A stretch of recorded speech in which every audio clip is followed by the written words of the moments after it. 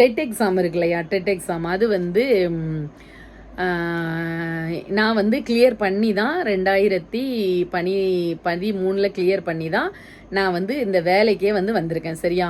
So இதை வந்து நிறைய பேர் என்கிட்ட வந்து என்ன, இப்போ வந்து கவர்மெண்ட் வந்து ஒரு ரூல்ஸ் போட்டுச்சு. இப்போ உச்சநீதிமன்றம் கவர்மெண்ட் போடல, உச்சநீதிமன்றம் வந்து ஒரு பெரிய கேஸ், அந்த கேஸுடைய டீட்டெயில் எல்லாமே சொல்லணும்னா நிறைய டைம் எடுக்கும்.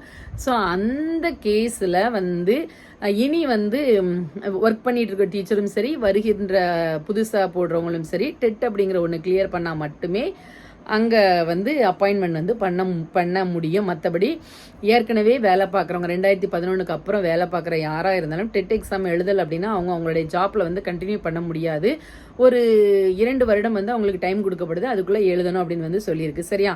இது வந்து கவர்மெண்ட் போட்டது வந்து ரைட்டா தப்பா என்ன ரூல்ஸ், இதுக்குள்ளே வந்து இப்போ நான் போகலை. அது வந்து டீட்டெயிலாக அனலைஸ் பண்ணி பேசணும். என்ன சொல்கிறேன் அப்படின்னா, மரணம் ஒன்று தான் வந்து மற்றவங்களுக்கு வருது அப்படின்னா, ஐயோ எனக்கும் வரலையே, அவன் செத்து போயிட்டானே, என்னையும் சீக்கிரம் எடுங்கன்னு மனிதன் வந்து நினைக்காத ஒன்று வந்து என்னது அப்படின்னா மரணம் அப்படிங்கிறதா. மற்ற எல்லாமே அப்போ ஸோ இந்த நிகழ்வு வந்த உடனே நான் டெட் எக்ஸாம் எழுதியிருக்கேனா, நான் டெட் எக்ஸாம் பாஸ் பண்ணி வந்தேனா அப்படிங்கிற எந்த ஒரு தகவலுமே தெரியாமல் ஆர்டர் பாஸ் பண்ணி எனக்கு மறுநாள் தான் ஸ்கூலுக்கு போகும்போது தெரியும். சரியா? ஆனால் அதுக்குள்ளேயே நம்ம சமூக வலைதளத்தில் உள்ள பல நலன் விரும்பாதவர்களுக்கு, சரியா, அவங்களுக்கு வந்து தெரிஞ்சிருக்கு.